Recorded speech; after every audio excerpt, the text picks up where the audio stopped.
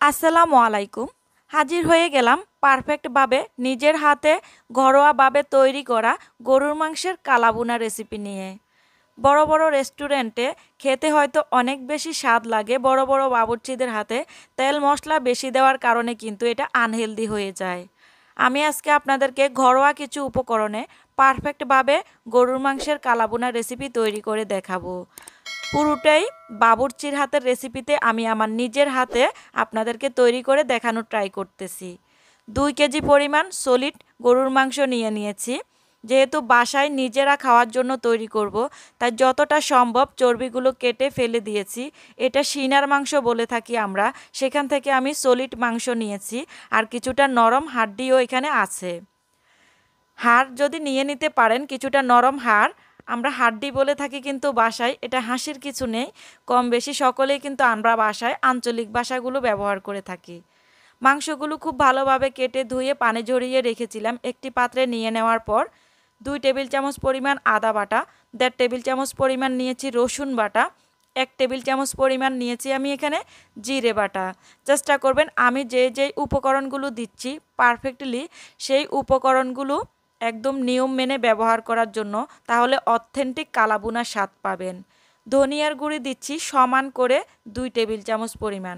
ধনিয়ার গুঁড়ির পরিমাণটাও একটু বেশি দিবেন, তাহলে খেতে অনেক বেশি ভালো লাগবে। ধনিয়া গুঁড়ি খাওয়া কিন্তু আমার শরীরের জন্য আমাদের এমনিতেও অনেকটা ভালো, এটা আমরা কম বেশি হয়তো অনেকে জেনে থাকি। লাল মরিচের গুঁড়িটা ঝাল যার যার পছন্দ অনুযায়ী দিবেন। কালারটার উপর নির্ভর করবে লাল মরিচের গুঁড়ি কতটা ব্যবহার করেছেন। আমি এখানে 2 টেবিল চামচ পরিমাণ দিয়েছি। যে যতটুকু ঝাল খেতে পছন্দ করবেন সে অনুযায়ী ঝাল দিতে পারবেন। হলুদ গুঁড়ি দিয়েছি 1 টেবিল চামচ পরিমাণ উঁচু করে। চেষ্টা করবেন লবণটা শুরুর দিকে অল্প ব্যবহার করার জন্য। এখন আমি এখানে একটা বাটা মশলা ব্যবহার করেছি। এখানে ছিল দারুচিনি, এলাচ, লবঙ্গ, গোলমরিচ। এটা আমি শিলপাটায় বেটে দিয়েছি। কালো গোলমরিচের পাউডার দিয়েছি 1 টেবিল চামচ পরিমাণ।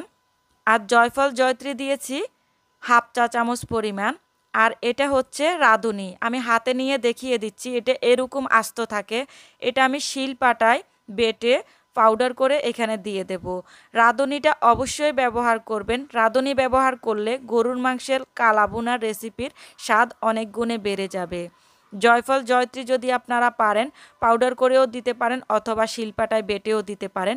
আমি জয়ফল জয়ত্রীটা এখানে পাউডার করে দিয়ে দিয়েছি। খুবই সামান্য পরিমাণে দিয়েছি। চেষ্টা করবেন এটা কিন্তু দিতেই হবে, এটা কোনোভাবেই স্কিপ করা যাবে না। রাঁধুনি, জয়ফল জয়ত্রী এটা মাস্ট দিতেই হবে। পেঁয়াজ দিয়েছি আমি 1 কাপ পরিমাণ। এখানে কোনো বাটা পেঁয়াজ ব্যবহার করব না, আমি এখানে কাটা পেঁয়াজই ব্যবহার করতেছি। 2টি তেজপাতা মাঝখান থেকে ছিঁড়ে দিয়েছি। 2টো দারুচিনি দিয়েছি। আমি কিন্তু গরম মশলা বেটেও দিয়েছি, আস্ত ব্যবহার করতেছি। আস্ত মশলাটার স্বাদ ঘ্রাণ অন্যরকম, বাটা মশলাটা কিন্তু মাংসের সঙ্গে মিশে যাবে, ওই স্বাদটা থাকবে আরও একটু আলাদা। আস্ত মশলাটা ফ্লেভার দেয়, বাটা মশলাটা কিন্তু মাংসের সঙ্গে খুব সুন্দর এটা ঘ্রাণ নিয়ে আসে, পুষ্টিগুণটাও শরীরে চলে যায়। লবঙ্গ দিয়েছি 3-4টি, একটি কালো এলাচ দিয়েছি ফেটিয়ে দিয়েছি, 3টি ছোট এলাচ তাও মাথা ফেটিয়ে দিয়েছি একটু সুন্দর ফ্লেভারের জন্য। লবণ দিয়েছি স্বাদ মতো। শুরুতে কিন্তু বলেছিলাম আমি লবণের পরিমাণটা শুরুর দিকে কম ব্যবহার করবেন। এখানে আমি হোয়াইট ভিনেগার দিয়েছি 2 চা চামচ পরিমাণ। চেষ্টা করবেন ভিনেগারটা দেওয়ার জন্য। হোয়াইট ভিনেগার দিলে হবে কি, মাংসগুলোকে অনেক বেশি সফট করে ফেলবে। এটা অবশ্যই দেওয়ার চেষ্টা করবেন। হাতের কাছে না থাকলে লেবুর রস ব্যবহার করতে পারেন। সবগুলো উপকরণ দেওয়ার পর আমি এখানে হাফ কাপের থেকে একটু বেশি পরিমাণে সরিষার তেল দিয়ে দিয়েছি। সরিষা বাটাও চাইলে ব্যবহার করতে পারবেন, কিন্তু সরিষার তেলটা দিলে হবে কি, ঘ্রাণটা অনেক বেশি ভালো আসবে। সরিষা বাটার ফ্লেভারটাও কিন্তু সুন্দর। চেষ্টা করবেন সরিষার তেলটা ব্যবহার করার জন্য। সবগুলো উপকরণ একসঙ্গে দিয়ে দেওয়ার পর খুব ভালোভাবে হাত দিয়ে একটু সময় নিয়ে উল্টে পাল্টে মেখে নেব।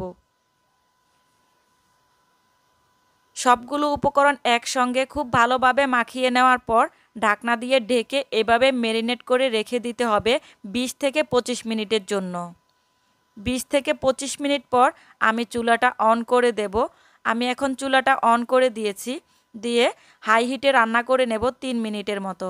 3 মিনিট পর আমি ঢাকনা সরিয়ে খুব ভালোভাবে নেড়ে চেড়ে দেব। এখন আর কোনো মশলা ব্যবহার করব না, তাই আমি ভিডিওটা একটু তাড়াতাড়ি করে দিয়েছি যেন খুব বেশি লম্বা না হয়। খুব ভালোভাবে নেড়ে চেড়ে মিশিয়ে নেওয়ার পর আবারও ঢাকনা দিয়ে ঢেকে রেখে দেব। মাংস থেকে পুরোপুরি পানি ছেড়ে দেওয়া পর্যন্ত অপেক্ষা করব। 10 থেকে 12 মিনিট পর কিন্তু মাংস থেকে পুরোপুরি পানি ছেড়ে দিয়েছে। আপনারা দেখেই বুঝতে পারতেছেন। মাঝখানে কিন্তু আমি আরও একবার নেড়ে চেড়ে দিয়েছিলাম, তা না হলে নিচে পোড়া লেগে যাবে।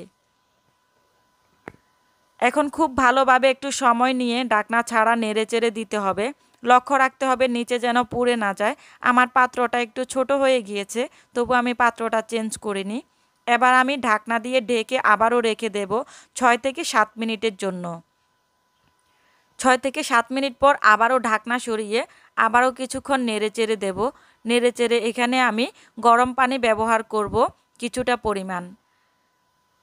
প্রয়োজন না হলে ব্যবহার করার দরকার নেই, যেহেতু ভিনেগার ব্যবহার করেছি, তাই হয়তো যদি এই মাংসের পানিটা দিয়ে সিদ্ধ করতে পারেন তাহলে করে নেবেন।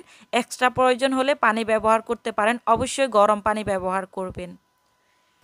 খুব ভালোভাবে আমি সবগুলো মাংসকে নেড়েচেড়ে মিশিয়ে ঢাকনা দিয়ে ঢেকে রেখে দেব 7 থেকে 8 মিনিটের মতো। এভাবে করে 7-8 মিনিট 8-10 মিনিট করে করে কিন্তু অনেকটা সময় চলে গিয়েছে। মাংসটা প্রায় 80% মতো সিদ্ধ হয়ে গিয়েছে। আমি কিন্তু আবারও ঢাকনা সরিয়ে মাংসটাকে খুব ভালোভাবে নেড়েচেড়ে দিচ্ছি। আপনারা দেখেই বুঝতে পারতেছেন, যেহেতু এখানে ভিনেগার, সয়া সস এগুলো ব্যবহার করা হয়েছে, তাই এটা কিন্তু দেখতে হয়তো একটু ঝোল ঝোল দেখাচ্ছে, কিন্তু এটা প্রপারলি সিদ্ধ হয়ে যাবে। আবারও দিয়ে দিলাম কিছুটা পরিমাণ রাঁধুনি মশলা।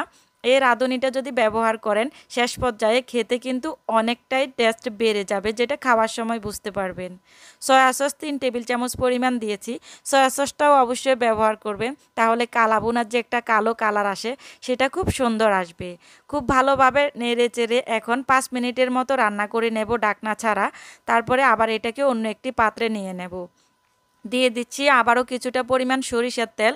পুরো রান্নাটাই কিন্তু সরিষার তেলে করতেছি। দিয়ে দিয়েছি রসুন, এখানে 5-6টা রসুনের বড় কোয়া একটু থেতো করে দিয়েছি। আর দিয়ে দেব আমি এখানে পেঁয়াজ কুচি। দিয়ে দেব এখানে পেঁয়াজ কুচি, রসুন কুচিটা দেওয়ার পরে একটু নেড়ে চেড়ে দেব। তারপর দিয়ে দেব শুকনা মরিচ। সবগুলো উপকরণ যখন একসঙ্গে খুব ভালোভাবে একটু বাদামি কালার হয়ে আসবে, অর্থাৎ ব্রাউন কালার হয়ে আসবে, সেই পর্যায়ে আমি কিন্তু মাংসগুলো এখানে ঢেলে দেব। মাংসগুলো ঢেলে দিয়ে এখানে আপনারা যেটা করবেন, একটু সময় নিয়ে নেড়ে চেড়ে একটা মোটা পাত্রে রাখতে হবে। পাতলা পাত্রে দিলে কিন্তু, তলানি পাতলাযুক্ত পাত্রে যদি দেন তাহলে নাড়তে চাড়তে এটা পোড়া লেগে যাবে। আমি আবারও রসুন কুচিয়ে দিয়েছি 2 টেবিল চামচ পরিমাণ। রসুনটা কিন্তু বেশি ব্যবহার করতে হবে শেষ পর্যায়ে বাগারে এসে। আস্ত রসুনও থেতো করে দিয়েছি, ওইটা আস্তে আস্তে থাকবে। কুচানো রসুনটা কিন্তু মাংসের সঙ্গে মিশে যাবে। একটু বাদামি কালার হয়ে আসলে এবার মাংসগুলো দিয়ে একটু সময় নিয়ে 12 থেকে 15 মিনিটের মতো নেড়ে চেড়ে আমি এটাকে কালো কালার করে নিয়ে এসেছিলাম, যেটা আমরা সাধারণত কালাভুনায় করে থাকি। কিন্তু এই পর্যায়ে ভিডিওটা অন করতে ভুলে গিয়েছিলাম, তার জন্য খুবই খুবই দুঃখিত। ক্ষমা সুন্দর দৃষ্টিতে দেখবেন, সরি।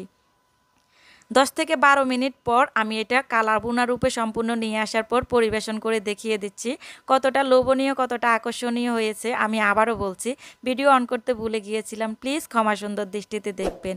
রেসিপি ভালো লাগলে সাপোর্ট করবেন। আল্লাহ হাফেজ, আসসালামু আলাইকুম।